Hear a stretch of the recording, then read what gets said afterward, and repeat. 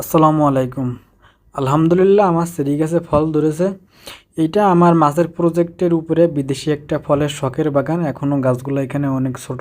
এরপরেও আলহামদুলিল্লাহ আমার যেহেতু রোদযুক্ত জায়গা, এখানে প্রায় দিনে যত সময় আপনার রোদ থাকে তত সময় রোদ পায়। অর্থাৎ আপনার 8-9 ঘন্টা বলতে কি যত সময় রোদ থাকবে তত সময় আমার এখানে রোদ পাবে, এমন জায়গায় রোপণ করা। দেখতে পাচ্ছেন গাছে কি পরিমাণে ফল ধরেছে, চেরি গাছে। আপনার একদম ছোট গাছ, এরপরও আলহামদুলিল্লাহ আমি ভাবছিলাম না এত দ্রুত ফল আসবে। আর আমার মনে হচ্ছে এটা 12 মাসই ফল হবে, কারণ আমি যখন গাছটা কিনছিলাম চৈত্র মাসে তখন একটা ফল সহ কিনছিলাম। এরপরে আমার আরেকবার ফল হয়েছিল, যদিও সেটা আমি দেখতে পারি নাই, আমি তখন বাড়িতে ছিলাম না। কিন্তু এইবার আমি আনফর্চুনেটলি বাড়িতে যেয়ে দেখি প্রচুর পরিমাণে ফল ধরেছে ওতে। আর এটা দেখতে পাচ্ছেন এটা হচ্ছে আমার মালবেরি গাছ। তো গাছটা বড় হয়ে গেছে, এতেও ফল ধরেছিল, যদিও সে ফলগুলো আমি খাইতে পারি নাই বা দেখতে পারি না, আমার ফ্যামিলির লোক খেয়েছে।